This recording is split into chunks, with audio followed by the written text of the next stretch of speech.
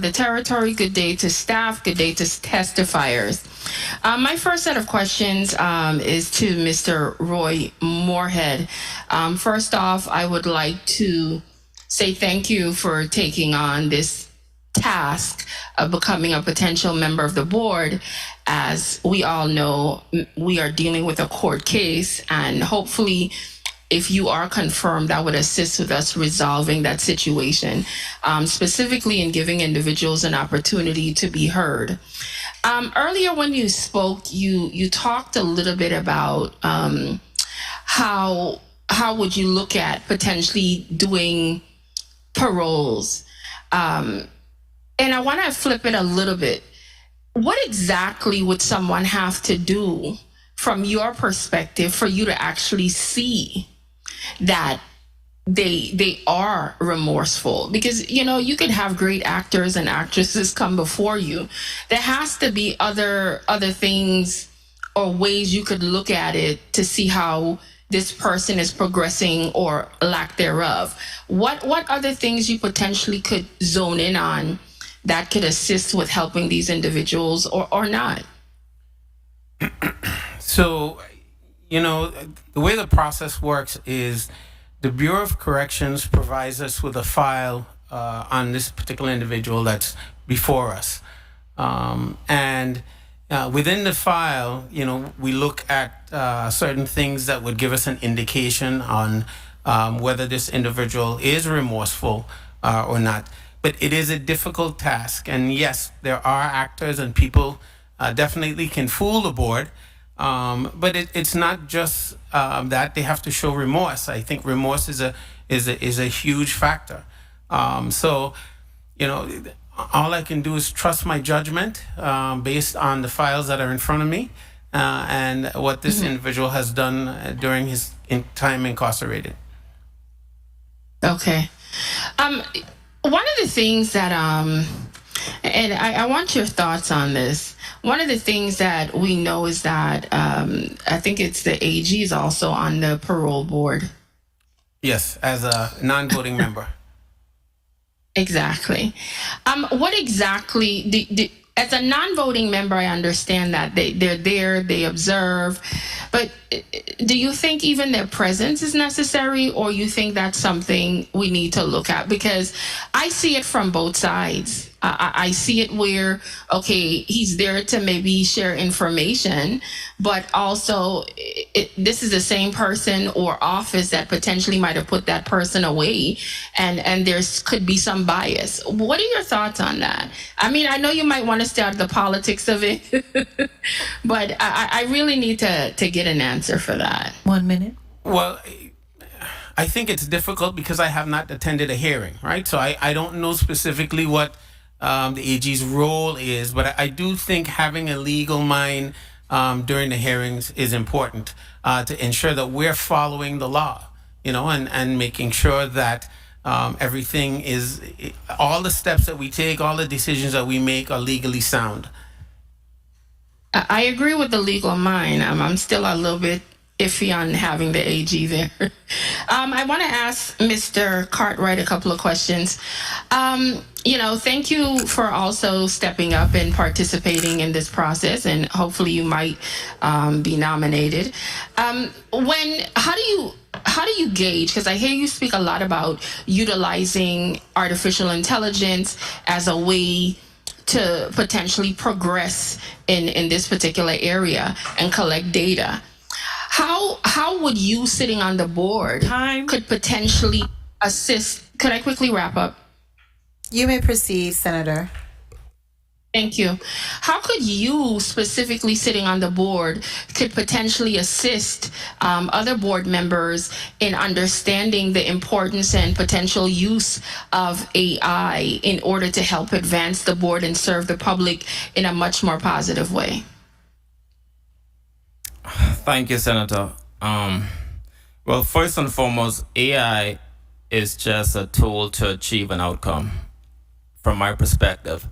I think I have a lot of members on the board that are very knowledgeable in terms of what the outcome need to be, in terms of what information is needed to make a better decision or an informed decision. For instance, many of the board members two of which are on the board I'm currently with, are very familiar with economic impact studies, are very familiar with traffic analysis studies, are very familiar with development impact studies.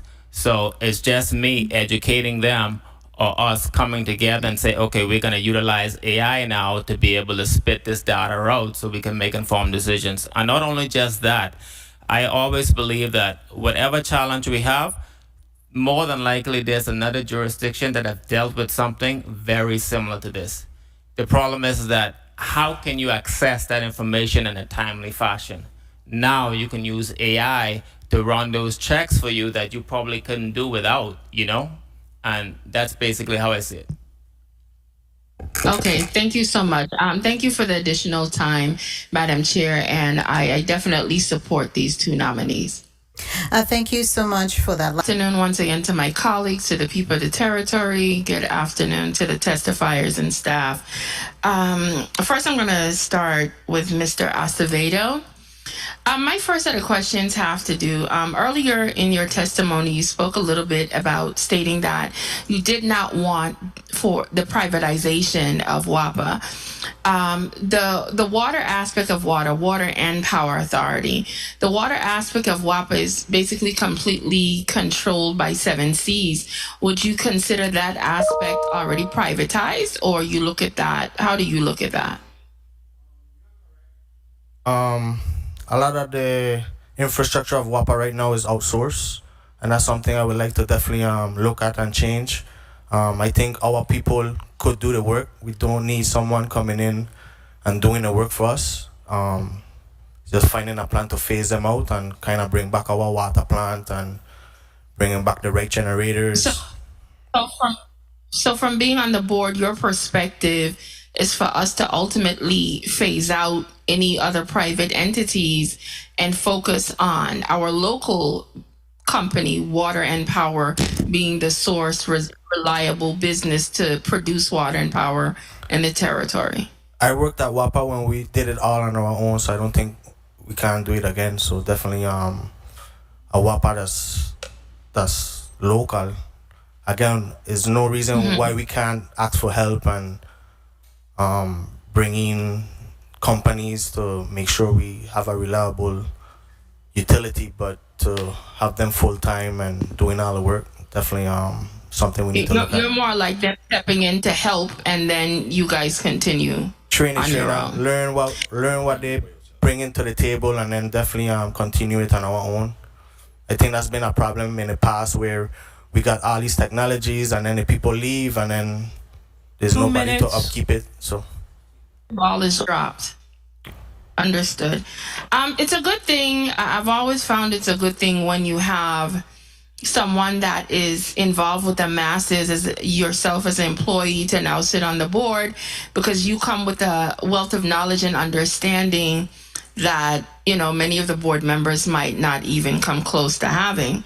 So being on the board, what specific thing that you believe that would make you unique in your approach to not only making the board a better place to be, but also what influence do you think you could have in making WAPA as a whole a better organization? I think that I just recently worked at WAPA. You know, the information is still fresh. It's not like it's been 10 years, 15 years, and I think I know WAPA. I've been there 3 years ago working. Left projects ongoing to follow my personal endeavors, but definitely I still have my heart at WAPA and I want to see it do better. Okay. Dr. George, how are you? Good day, Senator Heidegger. Good. As it relates to this particular board, I want to find out specifically the hospitals. I was having a conversation with individuals that were having some major concerns with specifically the Juan Louis Hospital in the District of St. Croix. And being a member of this board, you're going to have unique differences that might come about with one set of dealing with one health situations in one district versus the other. Time. How do you make sure? Could I wrap up, Madam Chair? You may proceed to wrap up. Conclude your. You may proceed, Senator Francis How do Heiliger. you make sure? How do you make sure, Dr. George, that you are always in a situation where you look at them uniquely so that you could do what's best for each district? Because, technically we are one Virgin Islands, but at the end of the day, there are unique situations depending on the districts. How do you think you'll be able to handle situations? I think I'll handle it similar to I handle our one UVI with two campuses, right? One in St. Croix and one in St. Thomas, where, yes, we're one territory, but there are unique considerations for each island and the stakeholders on each island. So similarly, there are some unique differences in how Wanganui Hospital operates and how Schneider Regional Medical Center operates. But I think in terms of the conditions that each hospital sees, they're similar across the territory, and similar to like hospitals. So I think it's a matter of I'm a data geek. So looking at the data, looking at the trends, looking at honestly feedback also from patients and their family members. What are the patients and family members of each hospital saying are the things that they're concerned about? What are staff saying? What are management saying? What are the outcomes that we're seeing, right? Every hospital has to measure a plethora of different metrics and outcomes. So looking at all of the data and letting the data speak so that we can see what's best, the best approach for each district, as well as, in some cases, what are some things that we can, use across both districts to, standardize. Okay. There might be some opportunities to standardize some things while some things remain unique. Okay. Well, thank you, Madam Chair, for the additional time, and I definitely support these two nominations. Good afternoon once again to my colleagues. Good afternoon to the people of the territory. Good afternoon to the testifiers.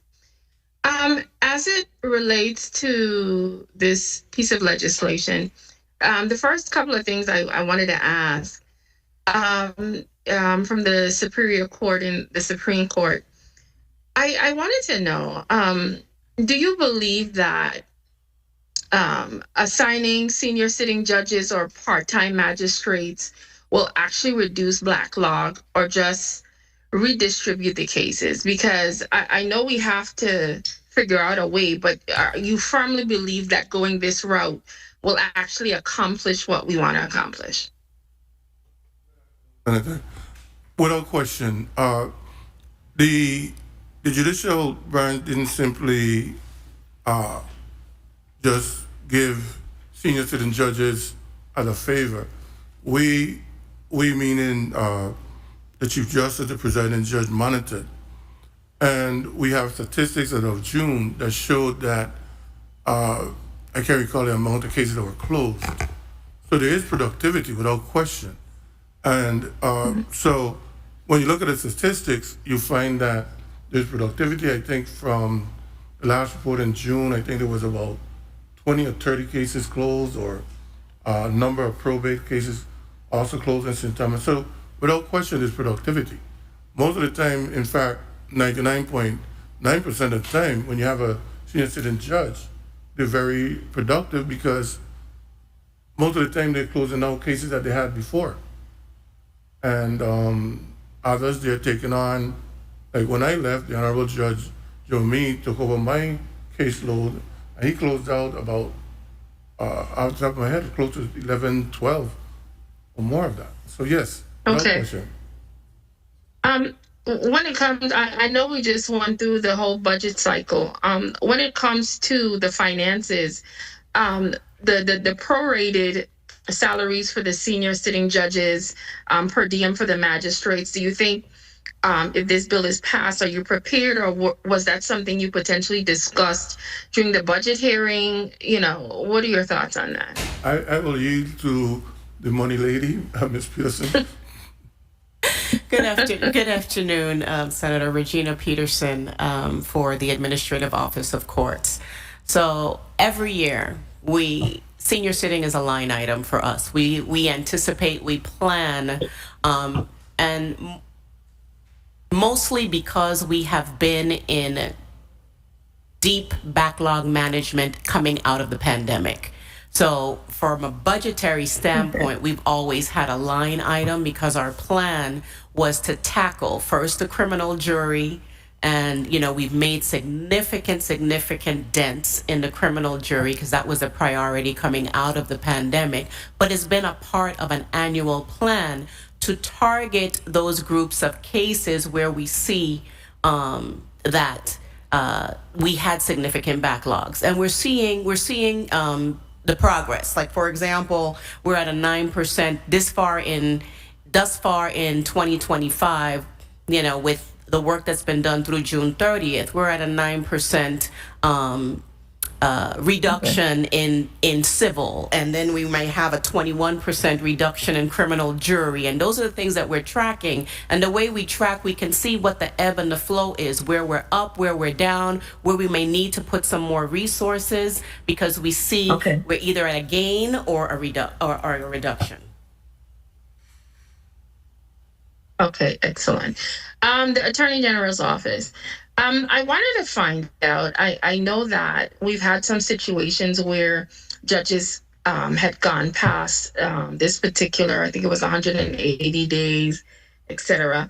Or even if we don't do something to improve how this setup is currently, and say we were stalling on this bill, does that open the door for potential litigation from, say, defendants that might feel that, hey, this person technically isn't really lawfully sitting, or what is the case? Because I want to make sure that across the board, as many things are going to be beneficial for the court as possible. Well, I think if it's if the bill is passed and if that provision is included in it, then you'd be safe, because the law would say that the person is entitled to be there and is there properly until someone else has been nominated and approved and gone through that entire process to take over from them. So you're not going to have somebody who's just there and it's questionable as to whether or not they're legally there. Madam Chair, may I ask my final question? Thank you so much, AG. You may proceed, Senator, with wrap up. Thank you. My final question is to the Public Defender's Office.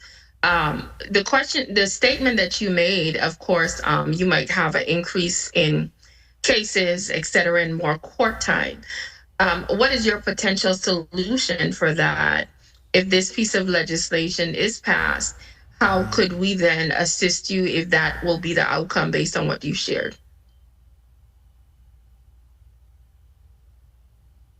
Then we would need to hire more attorneys if we have more courtrooms to cover, because judges are jealous of their time, right? If they've scheduled something for a trial, and another attorney is in 2 courtrooms, right, or scheduled to be in 2 courtrooms, that judge wants to go forward with their trial or with their motion hearings, and so we may need additional attorneys to handle to be in front of those other judges, those other courtrooms. Okay. Well, thank you so much, Madam Chair. I appreciate the additional time. And when it's time to vote, I'll vote accordingly. Thank you. Thank you so much. I really appreciate this opportunity in regards to this piece of legislation. I wanted to find out, I know that the representatives from the court were saying that this is only one out of many pieces of fees that could have potentially been impacted. Are you suggesting that it might be best if we try to do something comprehensive, or are you suggesting that it's okay to just deal with this one part, but you are just bringing the rest of them to our attention? Regina Peterson, Administrator of Courts. We have, I think for at least the past 2 budget cycles, been discussing fee increase. And so my suggestion, or what I was highlighting is the fact that we are working on recommendations that will probably address the other 12 lines in the statute, because we can't set those administratively. We have to make a recommendation to the legislature for any fee increases in those regards, in that regard. But we're perfectly fine with the recommendation. As it relates to... Okay, cool. It relates to the moving from 4% to 9%. Do you see that as a potential strain on, say, businesses, or, you know, whatever the case is, to jump the 5%? Or do you think it's still it's a reasonable amount? Also, to go from the 75 to the 150, does that potentially, I know it's monies for the court, but does that potentially, you know, could hinder someone from coming and getting relief if they have to come up with the 150 per se? Your thoughts? Regina Peterson, I will speak to the second item you raised. As I indicated, the first is a public policy that we are not going to put, put a position on record regarding. But with regard to the class of fees or petitions and applications, that class is for a grouping of cases where that fee is within reach, generally speaking, for the parties involved in those transactions. I believe, as Attorney Pate mentioned, it does not affect those in small claims. That's not to say that a recommendation to increase those other fees that would have course been well researched based on our market situation won't come later on, but I think on this line item that it is within reach and consistent with national trends. Okay. Well, I don't have a problem with national trend. I just have a problem with how us as a people have to, we already have to pay for a lot of things that are much higher in the territory, in addition to inflation. And sometimes when we try to mirror things nationally, sometimes we forget our people are already paying things much higher. So I'd be a little leery about making things too high. But I understand your thoughts on it, and I will vote accordingly when my opportunity comes. Thank you so much. Thank you, Senator. Attorney Page, you wanted to weigh in? Yes, Senator Lewis, if I could answer the senator's question. There's three parts to it. The first one was moving from 4% to 9%. That's inaccurate. Prejudgment interest in the Virgin Islands is 9%, but it's only for some cases. This bill makes it for all cases. It throws the net on everyone, so it keeps it fair instead of being selective. So it is 9%. It's not moving up 5%. It's already at 9%. Secondly, on filing fees, the 150, if you look at all 50 states, most states are more than that for their big civil cases. They're 175, they're 200. The federal courts, I think, now are $450. And the analogy I would use for Senator Heiliger is, if you own a car and that car is $50,000 to buy it, or let's say $30,000, can you afford to put gas in it? Because your filing fee is just the gas for the car. If you're in the general civil litigation in the general court where Judge Willock sat, the $150 is the least of your expenses. The first deposition you take of the defendant in the car crash is going to cost you $1,000 to $2,000 for the transcript alone. The doctor that you have to come to trial is going to cost you $10,000. That's not even your attorney. To get a case to trial, a small case is $30,000. So if you can't pay the $150, you've got some serious problems. Now, the court does have what's called informa pauperis, that they will waive the $150. If you say you have no money and you prove that, it's waived. So this is not the issue. The cost for the court system, it's not about the civil complaint. There are other problems for the court system being that expensive with experts and depositions, but that's a whole other story. Thank you.